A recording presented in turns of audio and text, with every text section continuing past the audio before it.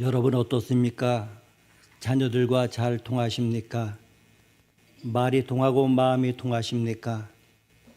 그런데 통한다고 할 때도 모두 다 같은 것은 아닙니다. 거기에는 두 가지 차원이 있습니다. 하나는 표면적으로 통하는 대화입니다.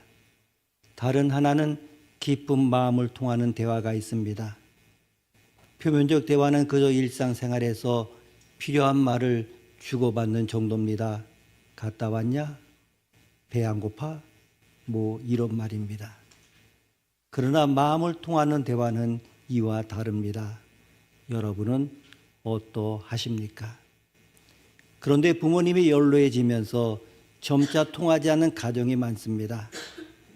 우리네 부모님들은 스스로 권리를 포기한 분들입니다.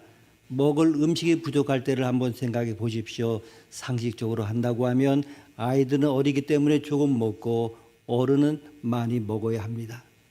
그러나 부모님들은 당신의 목까지 스스로 포기하고 아이들을 먹입니다. 이것이 바로 부모의 마음입니다. 그런데 그렇게 권리를 스스로 포기하는 것은 연세 드신 후에도 마찬가지입니다. 당당히 자녀들에게 용돈을 달라고 하실 수 있는 권리가 있습니다. 그런데 자식들의 어려운 형편 생각해서 차마 말씀을 못합니다.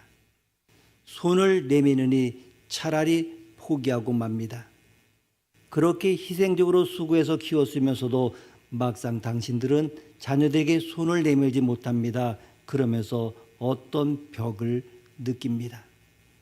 이때 정말 자녀의 마음 씀씀이가 필요합니다. 말씀하지 못하는 부모님의 마음을 읽고 말씀하지 않아도 알아서 챙겨드려야 됩니다. 그리고 어쩌다 한마디 하시거든 얼마나 힘들게 하신 말씀인지 이해하고 잘 해드려야 합니다. 이것이 바로 자녀의 도리입니다. 여러분 하고 싶은 말씀도 잘못한다고 하는 것은 무엇을 의미합니까? 점점 부모님과 자녀 사이에 담장이 높아지는 것을 말합니다. 부모님이 사는 세상과 자녀가 사는 세상이 너무나 다릅니다. 서로 딴 세상에 사는 것처럼 너무나 다른 생각과 삶의 방식을 가지고 삽니다. 그러다 보니 거리가 점점 멀어지고 통하는 게 점점 줄어듭니다. 그래서 겉으로는 잘 통하는 것 같은데 마음 깊은 곳에서는 벽을 느끼는 부모님들이 참으로 많습니다. 그래서 우리는 부모님과 자녀 사이에 뭔가 통하는 공통 분모를 만들기 위해 노력해야 됩니다. 이건 너무도 중요합니다. 서로 통하는 부모와 자녀는 정말 멋집니다. 아버지와 통하는 아들, 아들과 통하는 아버지, 이런 아버지의 아들이라면 얼마나 멋있습니까? 또한 이런 어머니와 딸이라면 얼마나 보기가 좋겠습니까? 여러분들도 그렇게 되기를 원합니다. 고려의 충수왕 때에 우탁이라고 하는 분이 있었습니다. 그분은 늙어가는 인생에 대하여 이렇게 말했습니다. 한 손에 막대 잡고 또 한 손에 가시 쥐고 늙은 길 가시로 막고 오는 백발 막대로 치려하였더니 백발이 제일 먼저 알고 지름길로 오더라. 그렇습니다. 막을 수 없는 것이 세월입니다. 아무리 막으려고 해도 세월은 순식간에 흘러서 1월은 12월이 되고 아이가 노인이 됩니다. 2024년도 시작한 것이 바로 엊그제 같은데 오늘 벌써 송년주일을 맞이했습니다. 이 마지막 주일 예배를 드리시는 여러분의 감회는 어떠하십니까? 참으로 세월은 빠릅니다. 그러니 우리가 오늘 본문에서 만나는 한 노인은 세월의 짧음을 원망하면서 좀 더 살겠다고 몸부림치는 보통 사람들과는 조금 다른 모습을 보여주고 있습니다. 그는 지금까지 살아온 세월만 해도 충분할 정도로 힘들고 길었습니다. 저에게도 오래 살라고 해도 더 살 힘이 없고 이제 사양하겠습니다라고 말하는 듯합니다. 이 사람이 누굽니까? 믿음의 족장 가운데 한 분인 야곱입니다. 오늘 우리는 성경에서 멋진 아버지와 아들을 만나게 됩니다. 본문은 야곱의 이야기입니다.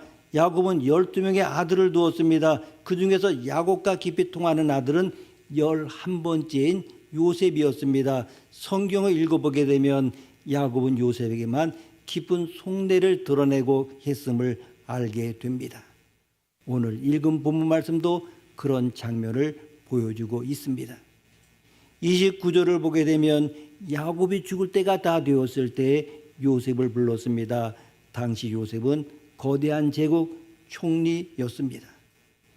눈코 뜰 새 없이 바빴을 것입니다. 그런 요셉을 일부러 부른 것은 정말로 중요한 이야기, 가슴속에 묻어두었던 꼭 하고 싶은 이야기를 죽기 전에 하고 싶었기 때문입니다. 그렇다면 왜 야곱은 시간이 많은 다른 아들들을 부르지 않고 하필이면 가장 바쁜 요셉을 불렀습니까? 다른 아들들은 야곱과 통하지 않았기 때문입니다. 이 맏아들 르우벤을 부르지 않은 이유는 아마도 르우벤이 아버지 야곱을 욕되게 했기 때문일 것입니다. 르우벤은 일찍이 계모와 불륜을 맺어 아버지를 욕되게 한 못된 아들입니다. 그런가 하면 시몬과 레위 같은 아들들은 누이 동생의 복수를 핑계로 삼아서 많은 사람을 죽인 일이 있었습니다. 이런 아들들은 마음에 들지 않았습니다.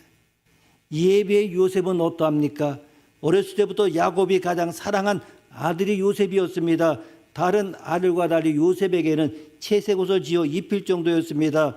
또한 연속되는 무서운 흉년 중에도 온 가족을 굶주림에서 건진 사람이 요셉이었습니다. 요셉 덕분에 온 가족은 애굽의 기름진 고센 땅에서 총리의 가족으로 환대를 받으면서 잘 살았습니다. 은연중 이 요셉은 맏아들 같은 권위를 가지고 있었습니다. 당시 총리로서 막강한 힘을 가지고 있었습니다. 그러니 요셉을 부르는 게 어쩌면 당연했을 것입니다. 그러나 야곱이 요셉을 부른 진짜 중요한 이유는 따로 있습니다. 그것은 요셉이라면 자신이 무슨 말을 한다 할지라도 자신의 마음 깊은 곳의 소원을 이해할 수 있을 것이라고 믿었기 때문입니다. 그렇다면 야곱이 요셉에게 한 말이 무엇입니까? 29절 30절 말씀 우리가 함께 읽어보겠습니다. 29절 30절입니다.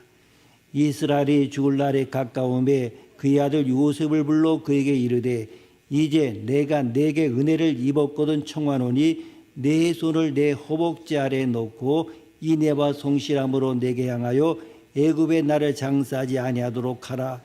내가 조상들과 함께 눕거든 너는 나를 애굽에서 메우다가 조상의 묘지에 장사하라. 요셉이 이르되 내가 아버지의 말씀대로 행하리이다. 아멘. 여기서 이스라엘이 하는 것은 하나님께서 야곱에게 주신 또 다른 이름입니다. 이 정도는 여러분 다 아실 것입니다. 야곱의 한 말의 요지가 무엇입니까? 자신이 죽으면 애굽에 장사 지내지 말고 조상의 묘지에 묻어달라고 하는 그런 부탁이었습니다. 여기서 조상의 묘지라고 하는 것은 가나안 땅에 있는 가족 무덤인 막벨라 굴을 말합니다. 사실 야곱이 임종을 많은 애굽 땅과 그의 가족 무덤이 있는 가나안은 가까운 거리가 아닙니다. 그 옛날 시신을 거기까지 운구하여 장례한다는 것은 보통 일이 아니었습니다. 그랬기 때문에 야곱은 아들로 하여금 아무리 힘들어도 꼭 그렇게 해야겠다는 맹세를 받아낸 것입니다.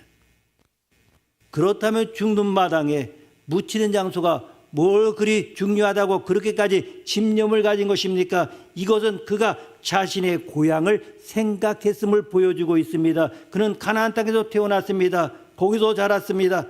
한때는 외삼촌 라반의 집에서 살기도 했고 흉년을 피해 아들 요셉이 총리 대신이 된 애굽에 와서 17년의 세월을 살았지만은 이젠 돌아갈 때임을 알았습니다. 돌아가야 했습니다. 왔던 곳으로 몸뚱이라도 고향으로 돌아가야 했습니다. 마치 집을 나갔던 아이가 엄마 품으로 돌아오듯이 야곱은 돌아가기를 원했습니다. 길고도 긴 그리고 그 멀고도 먼 여정을 끝내고 돌아가고자 한 것입니다. 그렇다면 조상의 묘지에 묻어다는 말이 왜 그렇게 대단한 말이게 다른 아들들이 아닌 요셉을 넣어서 신신당부하는 것입니까? 우선 그것은 아주 어려운 일이었기 때문입니다. 당시로서 막벨라 굴에 장례는 한 것이 간단한 문제가 아닙니다. 애굽에서 막벨라 굴까지 빨리 가야 10하루길입니다. 게다가 뜨거운 날씨에 시신을 메고 간다는 것은 결코 간단한 일이 아니었습니다. 아마 다른 자녀들은 이렇게 말할지 모릅니다. 여기 애굽 땅이 가나안 땅보다 100배나 좋은데 아버지는 무엇 때문에 우리를 고생시키려고 하시냐? 그냥 여기 묻어들이자. 또한 다른 아들들이 자신의 소원을 거절할지도 모른다고 생각한 더 중요한 이유가 있습니다. 이것은 바로 신앙적인 문제입니다. 야곱이 그토록 가나안 땅 막벨라굴에 묻히기를 원하는 것은 가나안 땅이 하나님이 주신 약속의 땅이었기 때문입니다. 일찍이 아브라함도 이삭도 그 땅을 지키며 살았습니다. 그러게 자신도 그 땅을 지켜야만 했는데 흉년 때문에 애굽까지 온 것입니다. 그러기 때문에 죽은 육신이라도 가나안 땅에 묻히기를 원했던 것입니다. 그의 유언은 한마디로 말한다고 하면 하나님의 약속의 땅에 대한 강렬한 열정을 보여주고 있습니다. 그런데 이런 하나님의 약속에 대한 그 집념을 다른 아들들에게서는 찾아볼 수 없다고 생각한 것입니다. 가나안 땅은 메마르고 척박하여 흉년이 잦고 살기 힘든 땅인데 정말 지금 애굽 기름진 땅에서 잘 살고 있지 않습니까? 그러므로 아들들이 이렇게 생각할 수도 있었습니다. 우린 절대로 가나안으로 안 가. 대대손손 여기서 살 거야. 이렇게 말한 아들들이 있었을 것입니다. 그러므로 야곱은 다른 아들들은 안 된다고 생각했습니다. 정말 내 마음을 알아줄 사람은 요셉뿐이야. 이게 야곱의 절박한 생각이었습니다. 그렇다면 요셉은 어떤 신앙을 가지고 있었기에 아버지와 통할 수 있었던 것입니까? 나중에 보면 놀랍게도 요셉이 늙어 세상을 떠날 때 아버지 야곱이 한 것과 똑같은 유언을 남기고 있습니다. 창세기 50장 24절 25절에 이런 말씀이 나옵니다. 요셉이 그의 형제들에게 이르되 나는 죽을 것이나 하나님이 당신들을 돌보시고 당신들을 이 땅에서 인도하여 내사 아브라함과 이삭과 야곱에게 맹세하신 땅에 이르게 하시리라 하고 요셉이 또 이스라엘 자손에게 맹세시켜 이르기를 하나님이 반드시 당신들을 돌보시리니 당신들은 여기서 내 해골을 메고 올라가겠다 하라 하였더라. 아멘. 나중에 너희가 애굽을 떠날 때 자신의 유골을 꼭 메고 가서 가나안 땅에 묻어달라고 한 것입니다. 요셉은 기름진 애굽 땅이 아무리 좋아도 하나님이 정해주신 가나안 땅만 못하고 반드시 언젠가는 온 가족을 가나안으로 인도하실 것을 믿었습니다. 이게 요셉의 믿음이었고 야곱과 같은 믿음이었습니다. 이렇게 본다고 하면 야곱과 요셉 이 아버지 아들은 같은 소원을 소유하고 있었습니다. 두 사람은 피만 나는 부자 관계가 아닙니다. 가나안 땅에 대한 비전을 함께 품고 있었습니다. 하나님의 약속을 함께 붙들고 있었습니다. 두 사람은 하나님 안에서 강력한 영적 유대 신앙적 공통 분모를 가지고 서로 통하는 사람들이었습니다. 그 아버지의 그 아들이었습니다. 이런 요셉이었기에 그는 아버지를 기쁘게 하는 대답을 했습니다. 31절 말씀을 보십시오. 31절 함께 읽습니다. 야곱이 또 이르되 내게 맹세하라 하매 그가 맹세하니 이스라엘의 침상머리에서 하나님께 경배하니라. 아멘. 요셉은 아버지에게 반드시 그렇게 하겠다고 맹세했고 야곱은 너무나 감격해서 침상머리에서 하나님께 경배했습니다. 야곱은 아들의 맹세를 들은 후에 침상에서 하나님을 경배했습니다. 그렇기 때문에 이 침상의 경배는 조상들이 묻혀있는 조상의 묘지에 묻힐 수 있게 된 데에 대한 그러한 감사입니다. 이 조상의 묘지에 묻히겠다는 야곱의 마지막 집념이 얼마나 강한지를 보여주는 것은 그가 요셉에게 허벅지 아래에 손을 놓고 맹세하라고 한 것입니다. 이것은 일명 지난번 성경에는 환도뼈로 되어 있습니다만 그래서 환도뼈 맹세라고 이렇게 표현합니다. 허벅지 맹세, 이제 고관절을 의미하지 않습니까? 이것은 고대 근동의 엄숙한 서약 의식입니다. 이 허벅지, 이 고관절, 환도뼈는 생명의 근원과 권위를 상징하는데 여기에 손을 얹고 맹세하는 것은 목숨을 걸고 맹세를 지키겠다고 하는 그러한 표시였습니다. 요셉이라면 자신을 실망시키지 않을 것이라고는 야곱의 기대는 적중되었습니다. 이 침상의 경배를 드리는 야곱의 그 심정은 어떤 것입니까? 우리가 야곱의 심정을 잘 이해할 수 있는 순간을 만난다면 아마도 그것은 임종의 순간일 것입니다. 길고 긴 인생의 여정을 끝맺는 때가 오면 야곱의 마음을 분명 읽을 수 있을 것입니다. 그러나 이 시간 우리는 비록 임종의 시간은 아니지만 그 어떤 때보다도 야곱의 심정을 잘 이해할 수 있다고 생각합니다. 왜냐하면 우리도 지금 이 해의 마지막 주일 예배를 드리고 있기 때문입니다. 오늘 우리 예배도 마지막 예배이기 때문에 그 마지막에 주는 느낌을 야곱과 공유할 수 있습니다. 야곱의 침상 경배는 우리에게 어떤 모습으로 다가옵니까? 이 침상의 경배는 야곱의 마음속에 가득한 감사를 보여줍니다. 감사 가운데 최고의 감사가 무엇입니까? 사람들은 죽을 위기에서 건진받아 살게 되면 감사합니다. 그러나 야곱은 더 이상 살 수 없는 이 상황에서 감사의 경배를 드렸습니다. 또 사람들은 많은 것을 손에 쥐게 되면 감사합니다. 그러나 야곱은 지금 손에 쥐고 있던 모든 것을 내려놓게 되는 그 순간에 감사했습니다. 우리는 이 경건한 침상의 경배에서 추호의 원망이나 불평을 찾아볼 수가 없습니다. 더 살아겠다고 하는 몸부림도 볼 수가 없습니다. 앞에서 말씀드린 것처럼 충분합니다. 하나님 그저 감사할 뿐입니다. 이제 저의 마지막 경배를 받아 주옵소서 라는 이 고백만 있을 뿐입니다. 이런 감사는 정말 어려운 것입니다. 탈무드에 이런 구절이 있습니다. 참으로 지혜로운 사람은 모든 것을 통하여 배우는 사람이요 참으로 강한 자는 자신을 다스리는 사람이요 참으로 부자는 가진 것에 만족하는 자요 참으로 멋있는 사람은 범사에 감사하는 사람이다.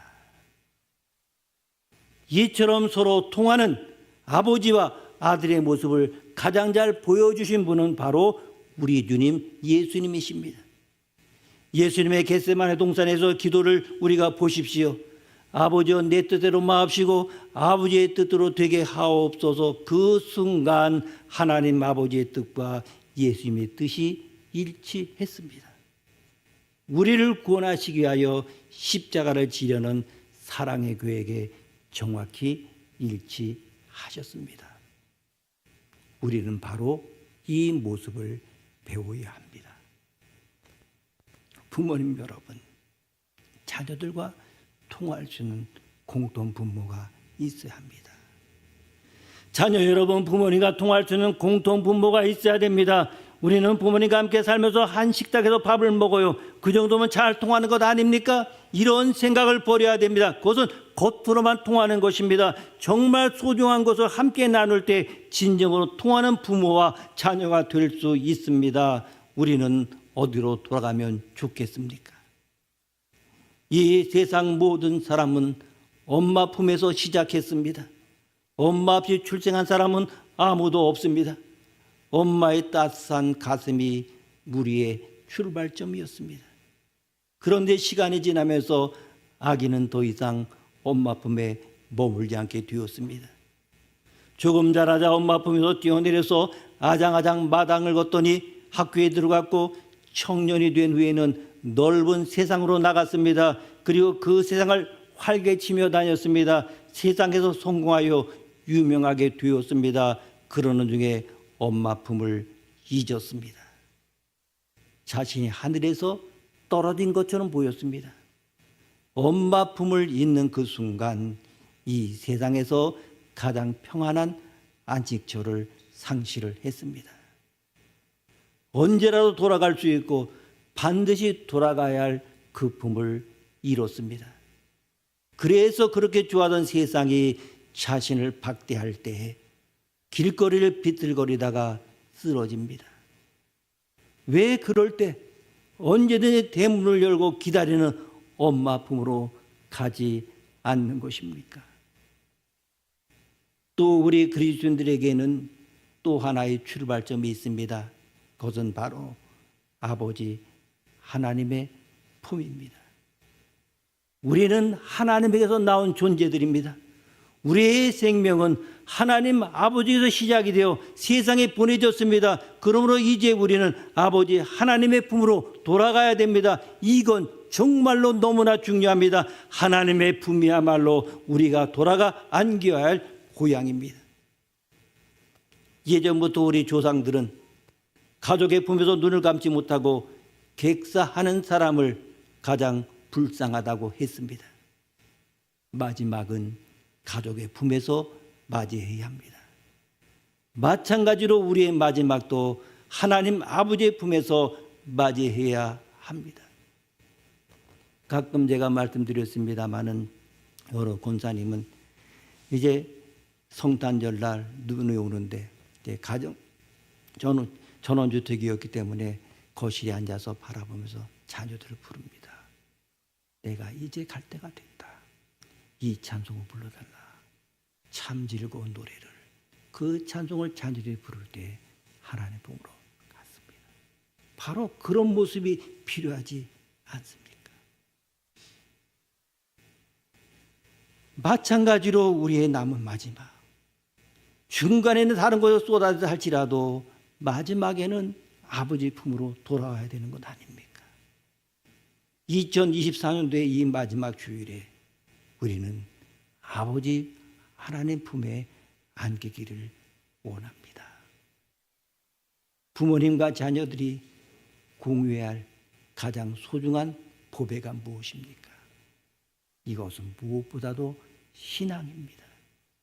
신앙이야말로 부모와 자녀를 통하게 만드는 결정적 요소입니다. 한번 생각해 보십시오. 부모들은 점점 늙어갑니다. 빠르게 변한 세상에서 자녀들이 하는 일을 이해하기 힘들어집니다. 마주 앉아 이야기해도 잘 통하지 않습니다. 자녀들은 부모님이 이해하지 못한다고 생각하면서 말도 하지 않으려 할 것입니다. 이뿐입니까? 식사도 함께하기 어려워집니다. 연로하신 부모님은 딱딱한 것을 잡수실 수 없습니다. 나중에 중국 같은 것만 드시게 될 것입니다. 젊은 자녀와 식당에 갈 수도 없습니다. 이래저래 점점 거리가 멀어집니다. 이것이 문제입니다. 그러나 하나님을 함께 믿는 신앙은 늙어도 자녀들과 함께 공유할 수 있는 공동 부모가 됩니다. 부모님이 늙어도 신앙에 대한 나눌 수 있습니다. 늙어도 자녀들과 함께 서로 축복하면서 기도할 수 있습니다. 저희 양가 부모님 난파기지만은 신앙의 대화, 교회 이야기를 나눌 수 있습니다. 그리고 손자들 위하여 축복하고 기도해 주십니다. 저는 이 복을 주신 하나님께 정말로 감사합니다. 여러분, 비록 모시고 살지 못하고 따로 살아도 주일마다 교회 와서 부모님을 만나는 것 얼마나 아름답습니까? 주일마다 마당에서 할아버지 할머니 할머니들이 손자 손녀를 만납니다. 오빠 동생 가족이 함께 만납니다. 그래서 자주 만나지 못해도 주일은 하나님과 만나고 가족도 만나는 날이 됩니다. 그래서 주일은 가정의 명절이 됩니다. 이것은 정말로 놀라운 축복입니다. 이게 성도의 가정에 주시는 축복입니다. 이렇게 되려면 가족을 주님께로 인도해야 됩니다. 부모님을 모시고 오십시오. 자녀를 데리고 오십시오. 부모 자녀 사이 신앙을 공유해야 됩니다. 그래서 장차 통할 수 있는 신앙을 보배로 공유할 수 있어야 되는 것입니다. 엄마 품을 떠나 세상을 돌아다니는 그 아들, 세상으로부터 소외당하고 많은 서름을 당하는 그 아들이 어린아이처럼 통곡하면서 엄마 품에 안겨 울듯이 지난 1년 동안 세상에서 어려움을 겪고 힘들게 살던 우리도 하나님 아버지 품에 안겨서 울어야 합니다. 이토록 따스한 가슴이 있음을 잊어버리고 세상에서 방한 것에 대해 용서를 빌어야 합니다. 이것은 반드시 해야 할 일입니다. 우리도 야곱처럼 집념을 가져야 됩니다. 반드시 하나님의 품으로 돌아가리라. 이것이 마지막 주일에 가질 집념입니다. 또 하나님 아버지 저를 받아 주옵소서. 이것이 마지막 주일 우리의 기도입니다. 19세기 미국에 폴이라고 하는 신학자가 있었습니다. 그는 공부도 많이 하고 저도도 많이 남겼습니다. 그런데 그는 어느 날 가장 사랑하던 딸을 잃게 되었습니다. 그는 슬픔 가운데서 고백했습니다. 딸을 보내면서 저는 머리로만 배우던 신학이 아닌 완전히 새로운 신학을 배웠습니다. 그의 아내는 일기에 이렇게 썼다고 합니다. 비록 나 자신이 죽음과 임종에 대해 전문가이기는 하지만 딸이 떠나는 순간 모든 정답들이 사라져 버렸습니다. 그 순간 내가 원하는 것은 오직 하나님의 눈물뿐이었습니다. 그 슬픈 순간에 우리에게 필요한 것은 하나님의 따뜻한 품뿐이었다고 하는 것입니다. 여러분, 이 마지막 주일에 하나님께로 돌아오십시오. 그동안 바쁜 생활 속에서 어머니를 잊고 살듯이 하나님의 품을 잊지는 않으셨습니까? 거기가 우리가 돌아가야 할 곳입니다. 이제 그 품으로 돌아오십시오. 모든 피곤한 짐을 내려놓고 사연을 벗어버리고 그 넓은 사랑의 가슴으로 돌아오십시오. 여러분, 하나님 품으로 돌아가는 것이 중요한 이유는 그것이 우리의 인생의 종점일 뿐만 아니라 시발점이기도 하기 때문입니다. 하나님의 품으로 돌아가는 사람만이 영원한 새 생명의 삶을 출발할 수 있습니다. 하나님 품에서 임종받는 사람만이 이 세상에 아닌 저 천국의 새로운 삶을 출발합니다. 그래서 종점은 출발점으로 바뀌게 됩니다. 우리가 이 마지막 주일에 하나님 품으로 돌아간다면 하나님의 품은 우리에게 2025년도를 시작하는 출발점이 되실 것입니다. 버스 기사들이 그 종점에서 쉬면서 차 한 잔을 마시고 다시 출발하듯이 하나님의 품은 우리를 쉬게 하고 필요한 것은 공급하여 출발할 힘을 줄 것입니다. 길을 잃으면 원래 자리로 돌아가 다시 시작하라. 이것이 바로 등산의 원리입니다. 1년을 살면서 혹시 길을 잃었다면, 그래서 방황했다면 이제 출발점이었던 하나님께로 돌아갑시다. 우리 모두 오늘 하나님의 품을 생각합시다. 그리고 그 가슴을 떠나 방황했던 삶을 회개합시다. 그리고 그 품에서 충분히 쉬고 다시 2025년도를 출발합시다. 하나님의 품이 언제든지 우리의 쉴 종점이자 출발점이 되기를 원합니다. 기도하시겠습니다. 하나님 아버지, 길고 긴 인생의 여정을 끝맺는 때에 야곱의 마음을 읽으며 우리도 그런 경배를 하게 하옵소서. 충분합니다. 하나님, 그저 감사할 따름입니다. 이제 저의 마지막 경배를 받으시옵소서. 이렇게 고백하게 하옵소서. 그리고 새롭게 출발하게 하옵소서. 존귀하신 예수님의 이름으로 기도드립니다. 아멘.